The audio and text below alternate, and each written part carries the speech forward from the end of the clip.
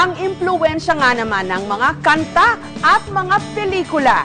Hindi na lang ginagaya, ini-spoof pa.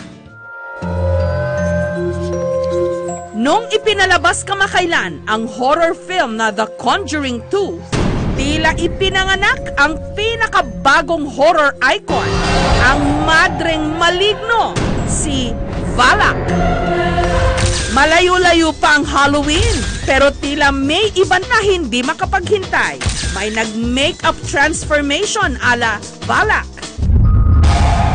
Tigil-tigilan nyo na ang masamang balak. Dahil andito na si Valak, hindi ubak. At pag may alak, may balak. Hey! Inabot daw ng halos 1 oras ang kanyang pagme-makeup.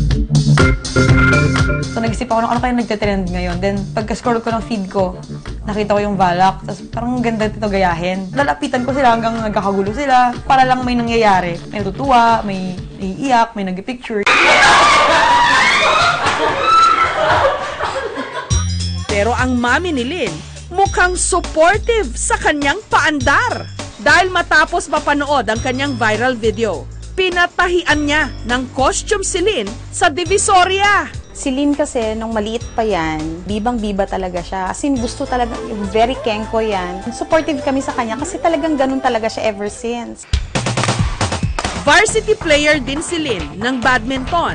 Sa dami ng kanyang pinagkakaabalahan, nababalanse pa rin daw niya ito sa kanyang pag-aaral. Early morning, 5:30 training namin. Then 6 p.m. rehearsals kami hanggang gabi na naman sa theater. So minsan tulog ko 3 hours lang. Ganyan. Tapos maghanap pa ako ng time mag-rest, mag-aral. So, sobrang hirap po talaga siya i-balance. Pero sa ngayon, kaya pa naman po.